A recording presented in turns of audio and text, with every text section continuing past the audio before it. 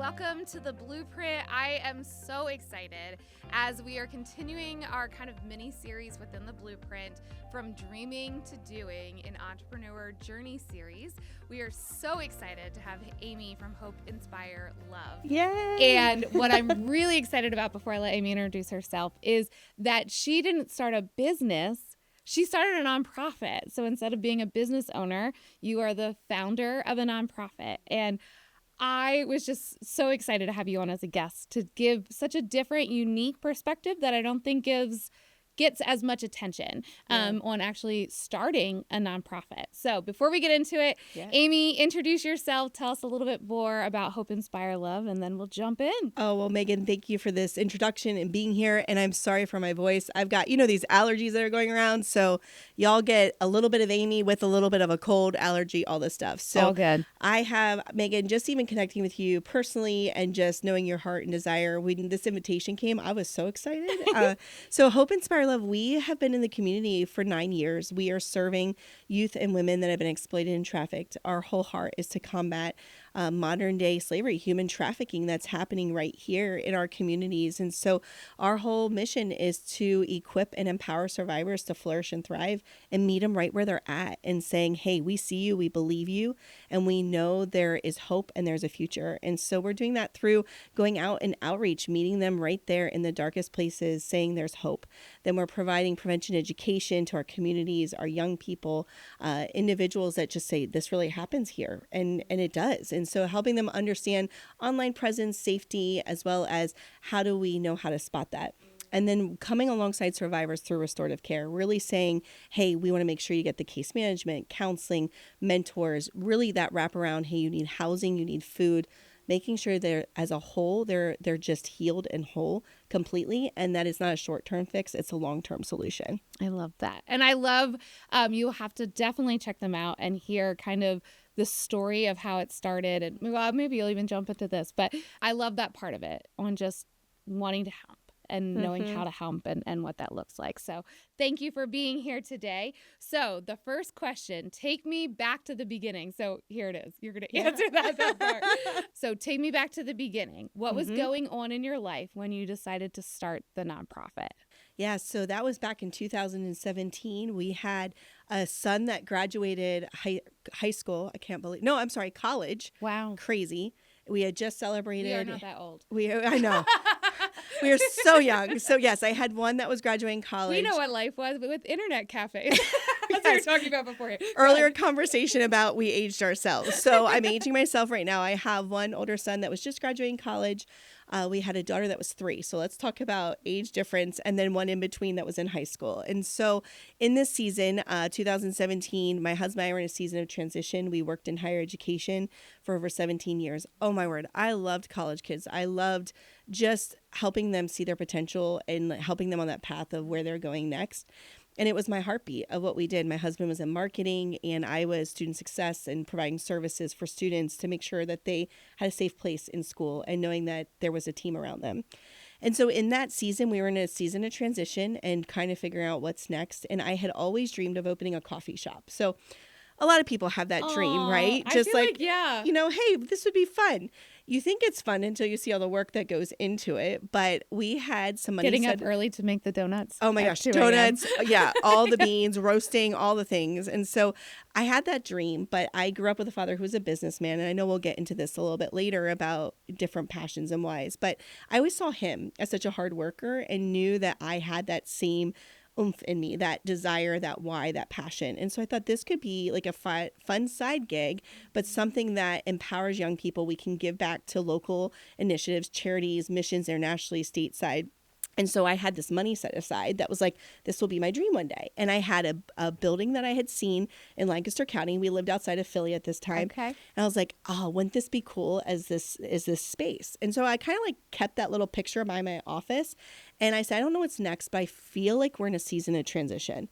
And during that time, there were some things that happened in our house. We had a flood in the basement. We started packing things, and I felt like we were supposed to be packing for a reason, never knowing what was next. And so that back in 2017 kind of set us up for, we're about to enter something new, but we're not sure. Gotcha. And so in that time, again, I'm coffee minded. Yep, so it's gonna be a coffee shop. right. So I'm working at coffee shops for fun on the side, right? Just to learn all the fun things. At the same time, my dad had an ice cream truck, fun ice cream truck. I remember the yes. Yes, so soft served, and I would help him on the truck a lot. And then so I was like, hey, Dad, like, what if I do a little bit more with this? And how do I get involved? How about we bring the coffee onto the ice cream truck? So again, that business mindset of like, oh, let's start something fun.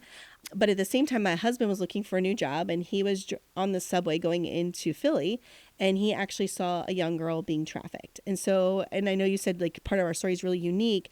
It was my husband, actually. His name's Steve. Yep. He saw a teenage girl with an older gentleman. And the more that he learned the signs, I encourage you, go to our website, read his story. It's his story. He shares it so much better than I could ever share it. But he had such an encounter that when he saw this young girl, he thought this could be my daughter.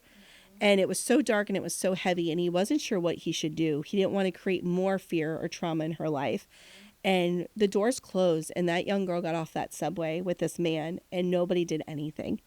And he came home filled with guilt. Like, I missed an opportunity. I didn't know what to do. I tried to make eyes with her, get that interaction. They had a couple interactions, but the man that she was with saw the interaction, and that's why they got off the subway. And he came home from that job interview with a really secure opportunity that would set us up, and I'd get my coffee shop for fun, and he'd have this incredible job. And he said, I don't think I'm supposed to take this job. So that was what really birthed Hope Inspire Love, actually because of my husband, who saw a young girl that he thought, this could be my child, this could be my daughter. And if I didn't do something, how did anybody else do anything? And so what he came back from a desire was, but hey, Amy, if we do this, we need money to start this. So what money do you think he asked for? The coffee shop money. Yes. I was really sad about that, but I'll be honest, I'll resent it at first, resenting the idea but you guys have of like Hope Inspire Love coffee. Yes, we do now. Yes. So, yes. But I did tell him, listen, if we start this nonprofit, coffee has to be somewhere in this, and there's going to be a purpose for it. And I'm going to share that a little bit later, fun purpose with it. And so all that to say is that I finally said yes, but he said, here's the deal though. I know you need to run it. You have the passion, you have the drive, you're the lover of people. I want to be in the back seat. I want to be able to just help you get it launched. And then I want to help, tell the story of it and the mission, but from like the website, behind the scenes, the marketing side. But I know that you will lead that charge. And so to have a man that's like, wife, I see you, I want you up front, but it was because of him. And in this field, it's not often that men are the ones that see experiences like that and say like, oh, I'm going to start something. Or read that person's body language. Correct. It's kind of like, well, no, I'm probably misunderstanding. And so did he. He thought he was misinterpreting. And so that's kind of what led us to where we were. But it was really the first young person that I met in a home aging out of foster care that after I did prevention education, there was two of them, a young girl and a young boy in each home, that they came up to me afterwards. They said, Miss Amy, can I ask you something? And they pulled me aside privately. Yeah. And they started to share kind of their stories. And both of them had been trafficked, but I was not going to tell them that. That was not my job. Like, I just said, okay, so we're talking about this. What are you feeling? What's going on? And they both at different times said, I think I was trafficked. And I had the hardest time leaving there, knowing that their team at those homes were not equipped to handle this now. And so I went, I can't keep going into these places. What do you say? What do you do? How do you help? How do you now walk alongside somebody that now has said, now it makes sense why I've gone through all these things. Now it makes sense why I've experienced this, or the trauma, or why I'm not sleeping at night, or why I can't trust this individual. But now we have to help them. And so that is what really fueled us to then say, we can't just go places if we cannot provide the ongoing support to come alongside where they're staying and giving them services along the way. And so that way we're not stuck with one territory. We can actually serve individuals throughout Pennsylvania because we're not in one place. So that was birthed in 2017. And now here we are in 2026 going, oh my word, all because of a subway ride. Yeah. I mean, I know. And that you acted upon it. Yeah.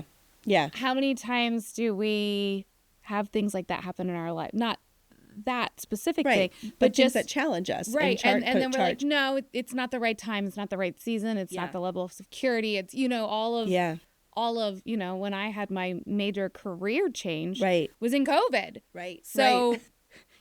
Totally the most stable time in my life. Well, I feel that those shifts though, like you said, and I've heard your story before too, because we were presenting together, and I just feel that in those moments, it's because it has to be something pretty pivotal. Like for him to take this step when I'm like, no, I need you to support our family financially. Mm-hmm. And he's such a man of like faith and risk, where I'm like, no, we need to have everything in alignment. You were opposite. Yeah. My husband's safety and security. I'm like, let's just do it. It's going to be great. Maybe that's why we're friends, because we're both like, there's risk, where like I like the fun, but I still need to know where we're going. Yes. But it's interesting to me because he was just like, let's go. And I'm like, okay, we at least need something. Yes. Now, if it's fun stuff, let me go. So, but it's very much where I had to trust him in this. And it was really hard because I couldn't see the future until I saw those two young people's faces. And that became my why, just like that young girl was his face. Like that was his why. And I went, okay. And I think it's beautiful that we all saw teenagers. It wasn't like I saw an adult woman at that time. Right. It was like two minors, just like he saw that young girl. And it was that reminder that we had such a passion for young people, and we wanted to do something about it. I love that. All right. So did you always see yourself as being an entrepreneur or starting a nonprofit? Yeah. And I know you shared a little bit about this with the coffee shop. Or did it really happen by accident? And I think you kind of answered that a good bit. When I read that question to begin with, I laughed because from a teenager, like always, I was thinking of what am I going to do with my life? Where am I going to go? I actually went to school for youth and family and child therapy, like counseling, and then it was youth ministry and family and child therapy. Yeah, but look how you're utilizing that. I am, but I worked at a salon when I was in college. So I remember this. Yes. So I went to school because I was like, I have a heart for young people. I'm going to do something with it. I loved all my classes on therapy, like art therapy, handling the hotline for suicide prevention. Like I loved helping people.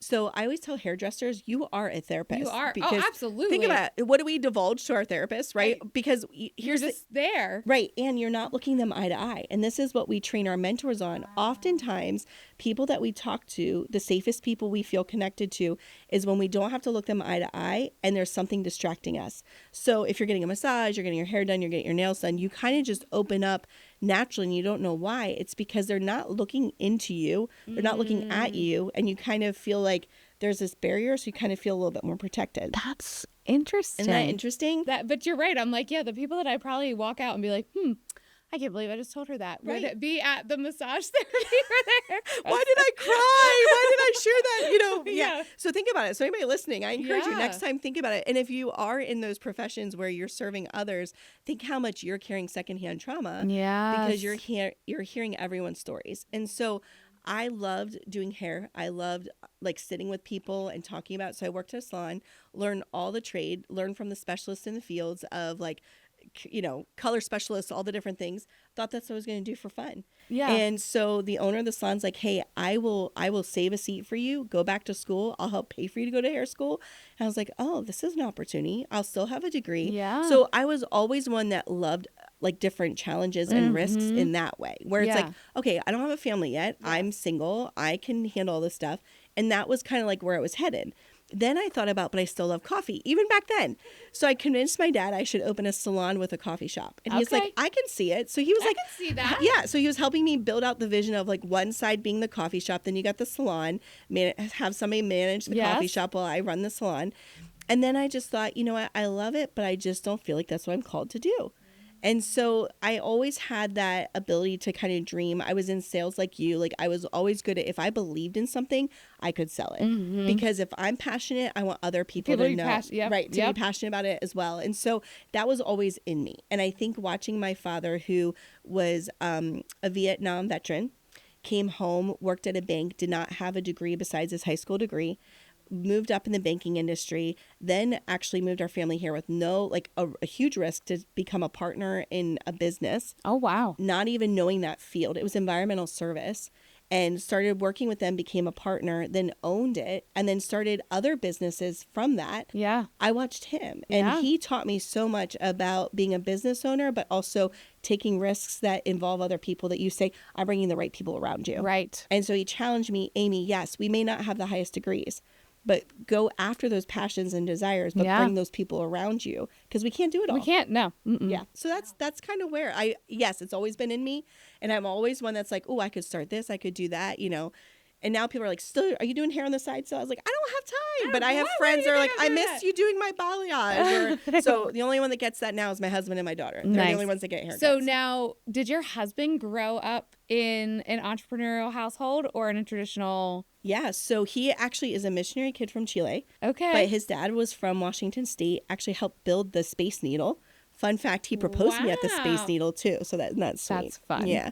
And then his mother was from Chile and was a singer, songwriter, had a solo on Johnny Cash's album. Okay. And so he had a music family and then a dad who had like that engineer design, but also like business sense, come down to Chile, met his wife there, and then they actually built a studio in their home. And in the studio, that's where they, production and understanding of training up leaders. So what they would do is they'd bring pastors in from other places in the country of Chile, and they were kind of training other leaders. And so they had a radio station, they had the TV, all the different things. I think I'm sharing all of that, right? But it's really cool. If you go to their house, there's still a studio there. And so he was taking his skill sets and then just fix-it kind of guy, could make everything work. And so, so he learned all of that. And then he ran a nonprofit in Chile in the music industry. So he had nonprofit background. I had more of that fun, like entrepreneurial, like business side. So both of our giftings coming together is really a perfect blend in what we do with his background with television and film and then marketing and web design. It's a great fit. That's amazing. Yeah. That's amazing. All right. So what was the moment that made you go, okay, this is real now? Yeah. Yeah. Because we talked about the why behind it, the getting started. And I feel like everybody has a moment where they're like, oh, okay, this is really happening. Yeah. I think so. I don't know if I could put it on one experience. So when we started our nonprofit, we both were still working full times in other fields. And I think it was when I finally said, I can't keep giving my passions in both directions, right? And my husband left his full-time job. He said, why do I keep working for other nonprofits and not our own? I said, because there's no money there. Like, that's why. And for food? Yeah, for food, please. So he actually did. He stepped away and did some consulting jobs. Okay. And he contracted work. And he said, I'm going to focus on the nonprofit. And basically, we were living on one income. And I knew in that season, I can't keep doing this. I'm not giving it my best in both areas. And so my aha moment was when I knew that I had to step out of comfort and step into a huge risk to fully be with Hope Inspire Love full time, which meant like I don't have my community around me. I'm stepping into working with my spouse full time. Okay, that's a calling right there. Like, we knew how to work together, but now it's like a whole other. I'm just laughing because Emma is also my cousin, and so she knows my husband personally too. But now that's why her nods are over there. I was seeing those nods going on. I just. That's Imagine. So great for you. Right. Well, and I feel that I love him dearly, but you knew you can't work with him, right? I don't think I could. And I think him and my husband and I met working in higher ed together. Yes. Different departments. We worked on the same team. But again, I'm the one in charge. I mean, that's, again, for your marriage, that's a whole other podcast. But I think that when I realized that also our work was so dark and heavy, and my other job was a very full of life and light, but I wasn't happy there. It was still great, and the people were phenomenal, and I loved what I got to do, but it wasn't fueling me. What I did at Hope Inspire Love fueled me. Yeah. And so that aha moment was like, no, I'm going to step out, and I'm going to do this. I don't know where the paycheck's going to come. I don't know how we're going to make it, but I have to tell my team, like, I think this is time for me to step out. And when I did, they were all like cheering me on and so excited, saying we knew it. We just didn't know how much longer we had you, and I think it was that moment. And then I was able to bring on my first team member, and it was like within that year we had team. And I'm like, wow, we're doing this. It's not just like, Hope Inspire Love's in our community. No, we have an office space. We've got team. We're growing. And so the survivors were able to cared for even more, because it wasn't just 2 of us staff and then 100 volunteers. Right. Now we've got, we didn't have 100 volunteers, 50. And you're still going, wow, this is all volunteer driven. Yeah. But people took us more seriously Yeah. once that they saw we were all in, and then they are like, no, this is what their heart and soul is in. So that, I think that would be it, is that literally saying, I'm going to do it. I'm stepping out. No more like safety nets. Mm-hmm. And again, the girl who is a risk taker to a point, but not when it comes to how does our family survive? I mean, I even think about that when we were starting K Marketing. Alicia had said to me, we were all working remote. I was working out of my basement. Yeah. And Alicia said, you know, you might want to start thinking about a space. Yeah. Like, she put it out there. And I went to my husband, who is very reserved and processes everything very deeply before he makes a decision about anything. Mm-hmm. And so I said to him something to the effect of like, let's just start thinking about it. Thinking that maybe 6 months to a year down the road, we would start looking for a space. Yeah. And he was like, great, I'm going to call the realtor tomorrow. And I was like, okay.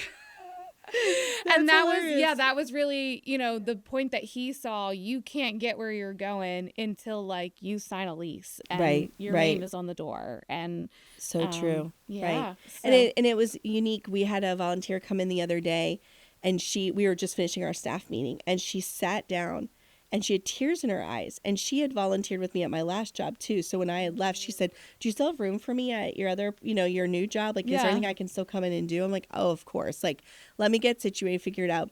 But when we were first, you know, starting, we were meeting at my house. So she was coming to my house, helping. She said, remember, we'd go in your basement and like, that's where meetings were. And I was like, I know. Isn't that crazy? And then we had like public places we had used to meet with people in our community.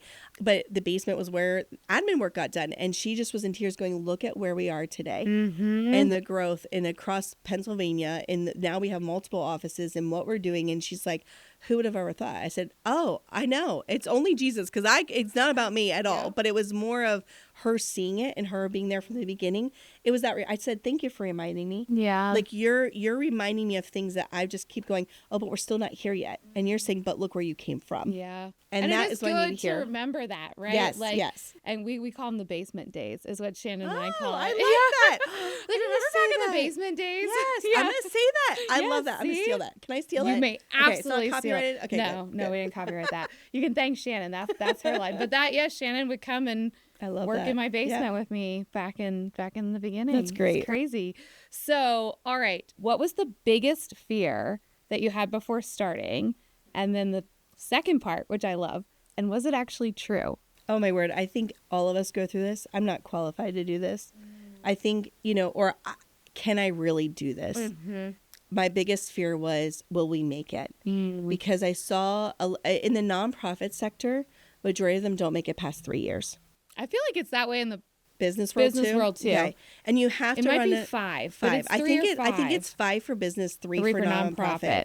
If you don't have the right board and support around and understanding of the nonprofit sector, and I think that's what my husband brings such to the table. Yeah. And then I was on the board of another nonprofit in this field in a different county, and I was able to speak into their beginning. So it helped say, hey, here's the things I've learned along the way. So that way you can, you know, do well and hey, don't make these mistakes, but do this, you know. And I think that helped keep the charge and the going. But I also had a great support system around me. But I think at the beginning, and you were also very fiscally responsible from day one. Correct. We were, Steve and I were, that was us. We were just giving back. And then we started having some donors. But again, when you're new, they're like, how can we trust what's going on? I know. And where the money is going. And correct. Yes. And we wanted to be so transparent. And so for us, and because you don't have an office yet, they're like, oh, what's this supporting? PO what's this box? Right. Right. And so people did value that we both had other jobs outside and there wasn't anybody on payroll yet and things like that. But I think that at the beginning, I kept thinking, can we do this? And this is a risk because we're also uprooting our family, moving to a different region. Yeah. And now we're leaving everything, like our friends, our community, and starting something new. Yeah. And I think that was the scariest part is, can we do this? Will our marriage survive? Yeah. That's a fair point too, So I think at the beginning it was, am I equipped for this? Am I really called to this? Can I do it? And it's not an I thing. It's like, can we? You know, can I look around and say, we as the community, who's around me? Because it's not about me. It never has been. And the only reason I stepped into this, because I knew it was never mine to begin with. It was a vision that my husband saw, he was given, that experience that we felt like was God-breathed. Because the one part of the story that I didn't share at the beginning is when he went to that interview, he was given that job. He turned it down because they wanted us to move into Center City, Philly. And he said, no, my wife has a desire to open a coffee shop. And they said, we know, but we feel like that's going to take you away from what you're meant to do here. And it wasn't a bad thing. I mean, I appreciate their transparency, you know, like, hey, and we knew that was kind of like, no, you're taking us from what we feel there's a purpose. And then we found out they never hired for his role and the whole department shut down. So he was meant to be on that subway. And so I always go back to the why. Yeah. Why did we see this? Why did we experience this? Why did my husband come back so burdened and passionate and challenging me to champion this cause? That's why. Yeah. So what fear at the beginning was, you know, our own flesh, our own self in the way of thinking, am I capable to do this? Yeah. And I think we all do that, right? Like, I think we all run through, can I really do this? Right. And it's you can't look at 10 years from now.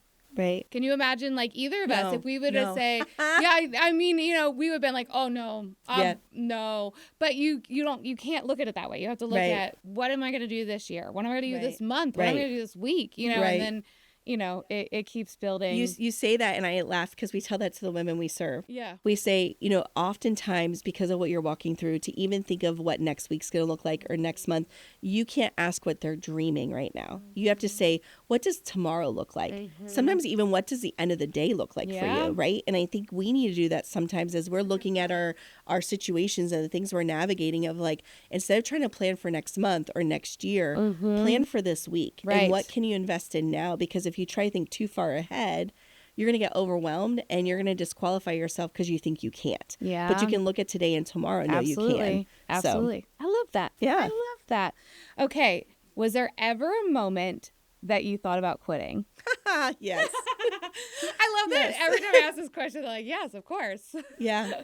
I challenge everyone that serves with us. So our mentors are all volunteers. So they commit to a minimum of 1 year to walk alongside a survivor, to do life with them. And we say, if you think you can't do it for a year and you can't commit to all the trainings that we make you go through, don't do it, because we don't need one more person to fail them. Yeah. Fail them, cancel out on them. And again, we have to pick up the pieces again. And so I always say to them, you know, in that moment, you're going to want to quit because they're going to have a bad day. You're going to have a bad day. And what I need to challenge you to do is you can go home and say you quit, but then you get up the next day and you show up again. Right. And I feel that I've never wanted to quit because I'm not passionate about what I do. This gets me emotional. Every day I love what I get to do. The team I serve with, the community we serve, every day it's a joy and it's an honor. The reason why I want to quit, I'm tired. I have a family at home, you know, and I think when I quit, it's when I get home and realize the crap that goes on there, right? And they deserve my best. And so I think the moments that I want to quit is because I go, am I giving my family my best? Am I stewarding the time God has given me well? And so I think my quitting is more because I don't want to not show up for the people I love the most. And usually they're the ones that get the worst of us at the end of the day, right? And so every day I still have dreams. I have visions of where we're going, where we're headed. And I know that's, you know, until that's gone, I'm going to stay in this seat. You know, when you're saying that, it made me think the mama guilt, right? Oh, yes. Is so real, especially as a business owner. Yes. And when my husband and I were newlyweds, we went to a marriage retreat and they said to ask your spouse, what is the one thing that you can do to feel loved, like that I can do to make you feel loved every day? And I was expecting my husband to say all the things, like cook me dinner, do the, you know, like all the typical, right? And he was like, make the bed. Wow. Because you slowed down and you made the bed, and I will come home from work and the bed will be made. That was the one thing. And so I have done my very best to make the bed almost every day. Now, there are days that it doesn't happen. We're all human. But for the most part, I work really hard at that. And my daughter and my son, you know, having kids now and being a business owner, and you're working a lot, you know, And I apologized to them. Like, I'm sorry, I just have to take this really quick. I just, Yeah. and to see the resilience in them too and be like, Mommy, it's okay. You're humping somebody. And even though my humping somebody is very different, Yeah. and we just went through a big personal family, just things that happened with our extended family. And I said to my kiddos, I said, look, like, they basically said, how can we help? Yeah. And they sat down on the bed with me and asked. And I said, I go, you know what, guys? I need to keep the house clean.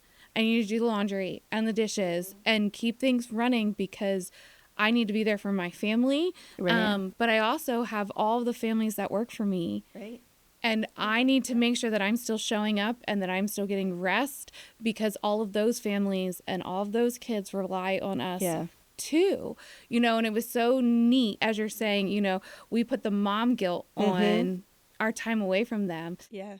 And my kids were like, yeah, like that's us too. Like we all have to do our part to support all those people. Right. And but you modeled it so your kids know that. And I think it's so I wanted to psychoanalyze like your husband with the bed thing because I'm thinking, oh my gosh, this would make sense. Like that's his safe space. Like the bed being made for him is safety. And there's something that, again, this is my brain that goes in that. I'm like, oh my gosh, I bet you that's true. And that's the one place that he feels the most comfort, right? And so like that is something, and I would have never have thought, and I would have never thought of bed. And I think that that's the importance of knowing people and learning people to say, why would that matter to you? Right. Why? What? Because in your mind, you're like, okay, sure, I can make a bed. Yeah. But when you don't want to make it, you're kind of like, oh, it's just a bed. But then when you know what think about it. Right. Yes. You think about it. And I think the same with your children, the way that they watch you serve others, they then take that model. Because my daughter, for so long, I protected her from the work we do. Like she knows we work in anti-trafficking. And again, she has heard probably the word sex. I hope I can say that on a podcast. Okay. All right. But she's heard that word. Yes, true. But she's heard that word for so long. Yeah. But I would shield her from so many of the things or those that we served. And one of the women said to me one time, Miss, does your daughter know what I've walked through? And I was like, no, it's not my story to tell. That's your story. And she said, but I know there's times though that she hasn't had all of you because she's had to share you with all of us. Yeah. And she said, would you mind if I share my story with her? I was like, no, that's fine. So she shares the story with my daughter, and my daughter looks at me and goes, oh my word, she is like my sister. And I said, what? She said, because I shared my mom with her. I was like, oh, honey, she has a mom. She said, no, but like there were times, Mom, I remember when you said you'd have to leave and you couldn't tell me where you were going or what you were doing, but you said, would you share me with somebody else today? And so now, like I would hear from her school saying, hey, by the way, your daughter's telling everyone how proud she is of her mom and dad. And I'm like, it's tears, right? Because I was trying to protect her from it, realizing she now will sit at the table and go, well, I have a say in this. I mean, I've been part of this nonprofit since I was 3. Like she now has a voice that's been so beautiful because she feels so much more a part of the mission because she's been invited in. And when we're showing that to our children, then they're going to replicate it if we're doing it in a positive way, that they're not forgotten. And I think that's the beauty of the work that we get to do in the business world and the nonprofit world, because business and nonprofit are very similar, right? And you need to have that model in the nonprofit world that you're running like a business, but it's oftentimes where we feel the same. Like, well, I think that when nonprofits struggle, it's because they didn't run it like a business. Correct. And that's why just like a business that's not run like a business, but a hobby also fails. Will fail. Yeah. And so you have to have that mindset that you might be phenomenal here in a business sector, but if you go home and you don't have that there, it's going to fall apart here because it's not healthy. You don't have the right boundaries. In the same way in the nonprofit, you cannot give all your time and energy to others and not go back home and serve your family well. So I love that. I do. That was so good.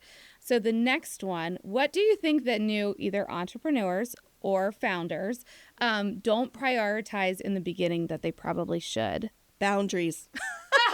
That's a good one. Bethany on our team is the expert at boundaries, and she'll tell you this. When she used to put some boundaries in place at the beginning, you could see my face and like kind of this, well, what do you mean?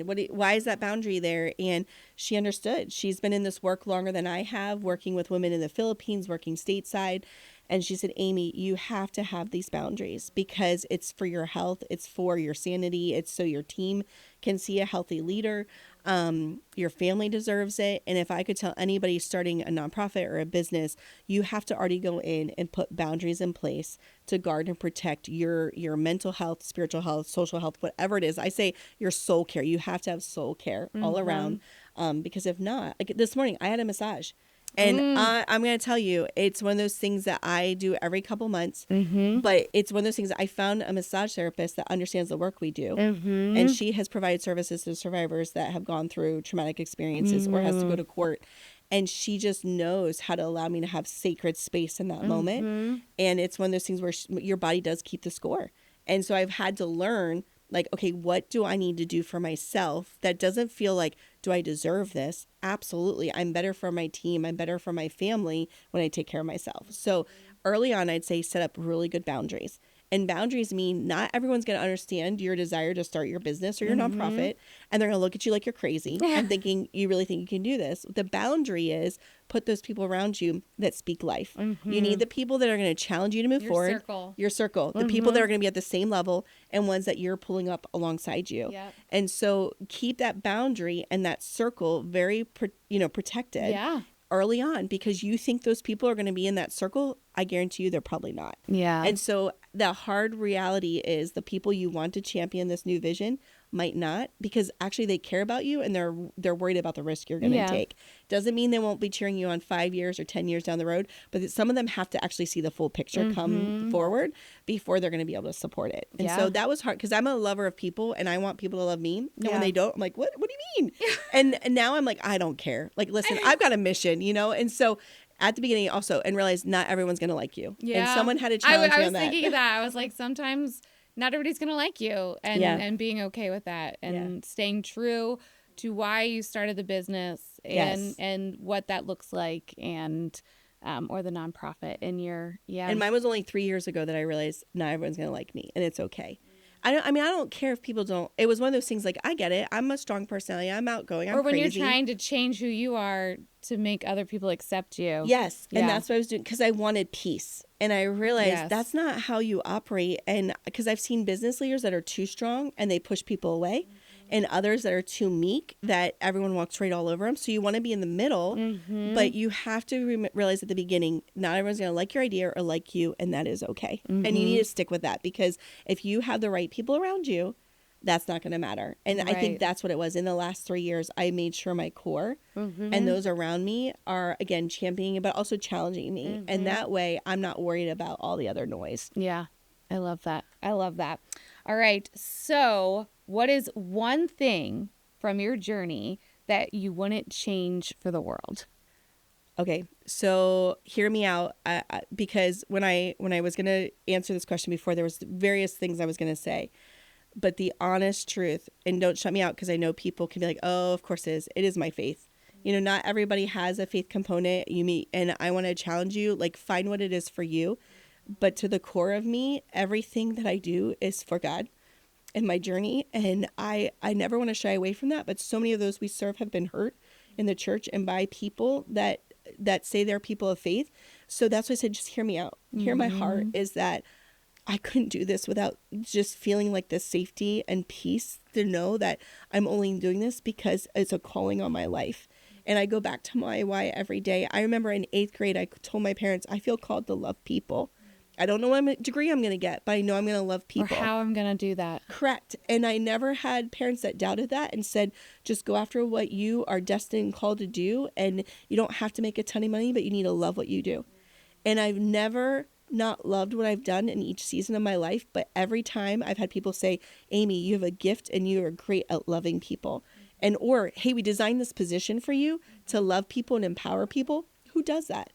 And I know it's because God is at the forefront and he's the foundation. And so if I could just champion, find that grounding point for you. What is that keeps you going? Because when I want to quit, right, and I go back, I hear that small voice just saying, I've called you to this. This is what you're designed and meant to do. Doesn't mean it won't change. It won't look different. And in each season, I've said, but that calling in me is still there. It may just look different in how I do it. And so that has been my grounding force of just that passion, desire, and peace that only God can give me. I love that. I mean, and I love that you're able to speak it so freely.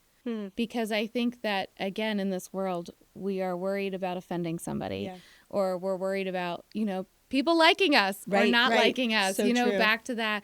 And just saying, one of my core reasons for pushing to continue to grow K-Marketing is because I want to provide a different style of employment. I want to provide a place where you can have God, family, career. You still need to show, that doesn't mean equal balance and boundaries, doesn't mean equal time with each things, but it does mean having the ability to have a family, right? And not be, I only had a very small encounter with corporate America, and I didn't like it at all.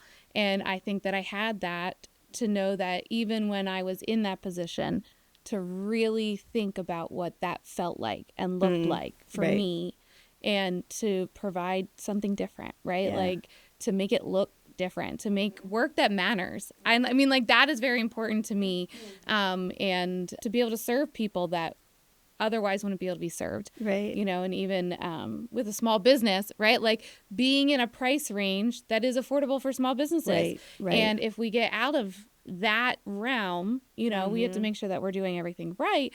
But if we get up into the same thing that the big corporate marketing companies are doing, then we lost the whole reason that we were founded to begin with. It's so true. And I think that we say we're faith aligned, not faith forced. And the core is because we have people walk through the doors that we will serve anybody that walks through our doors.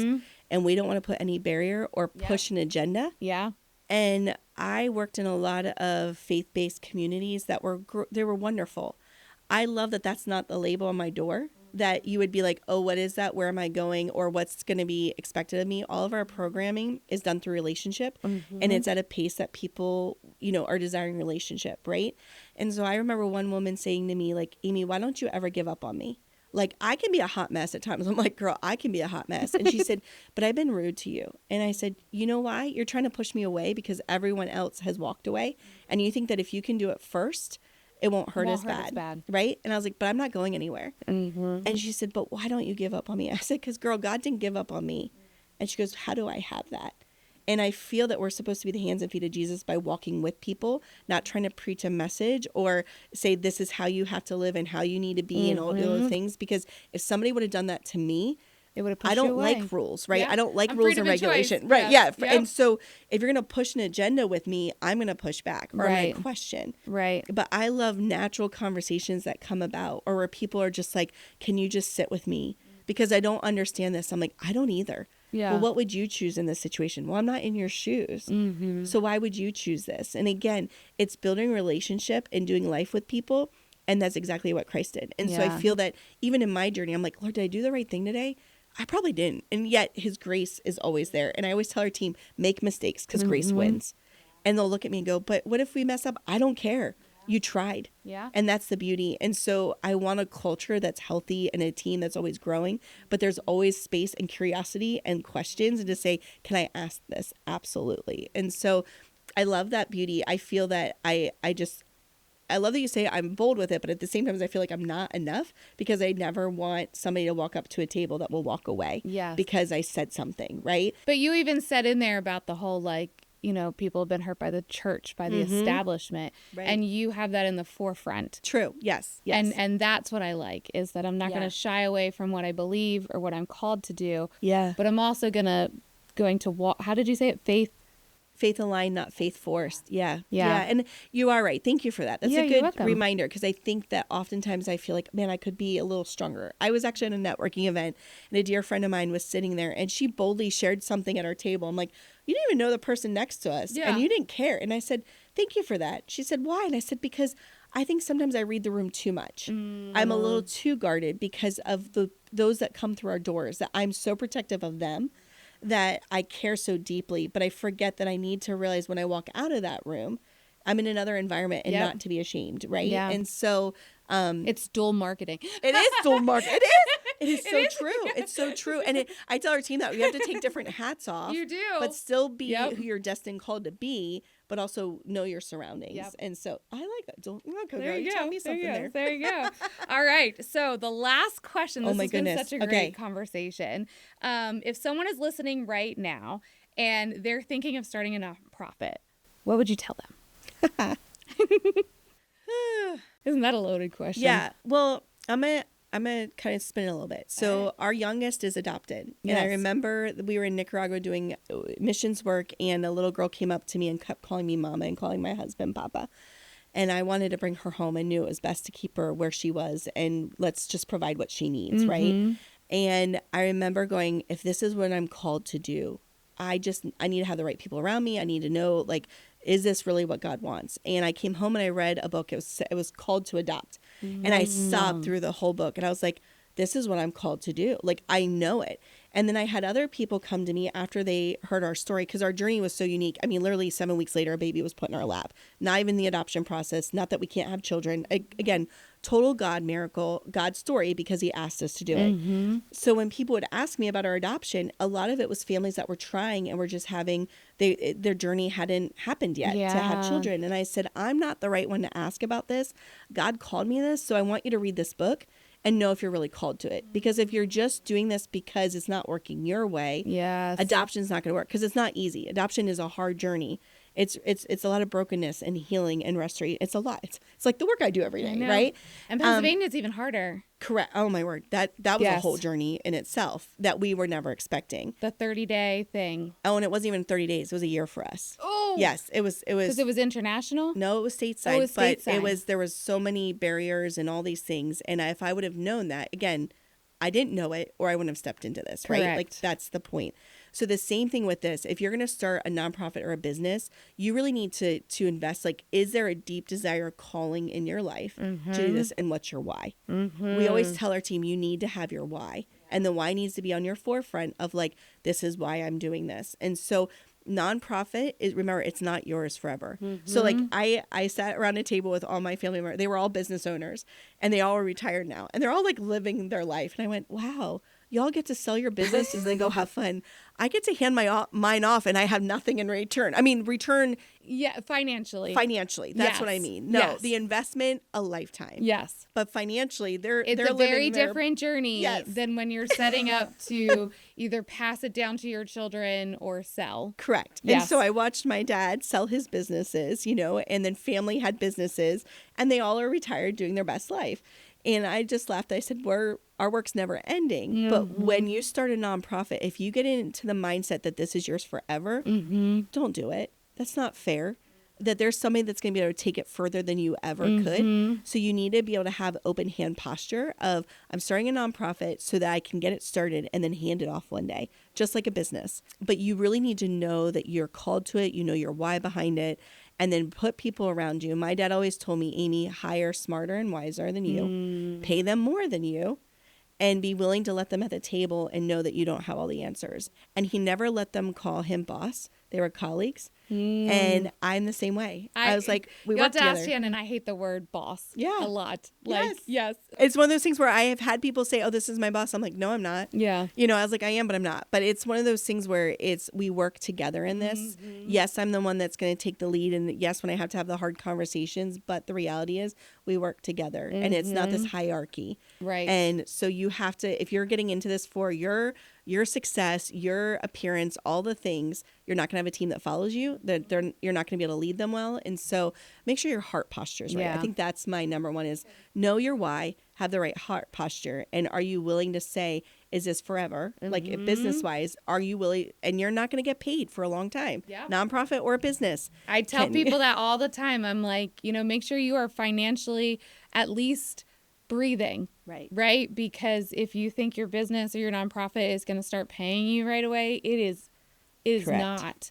And you will end up, like you said, you'll be ending up paying staff or team members before yourself. And being prepared for that. And not feeling like you think that that's a failure or a reason to quit. That's all part of the journey. Right. And that's so important, because they matter. They do. And so you need to be willing to say, can I go without a paycheck because they deserve it, or they deserve the pay raise, not me. And so that's nonprofit and business. And that's that model. So knowing that you're getting into this, knowing you're going to work hard for years before that return will come. And are you okay with that? And I look at that every day, saying everything we've invested in the time has been worth it to this point. And I say, and if this is my last day in this, I know that I can look back and say, I know I did it well. and I served my team well, I served our community well, and I can't wait whoever can take it to that next level. And so I think you just need to make sure in that mindset that you know your why, and you steward what you're given well, and the right heart posture. And yeah, you ain't gonna be making all that money right away. And in nonprofit, you won't be making it for a while. And that's okay, right? Yes, right. And if that's why you're in it, being an exec might be a better role. It's right? so true. Yes, that's a good point. Valid.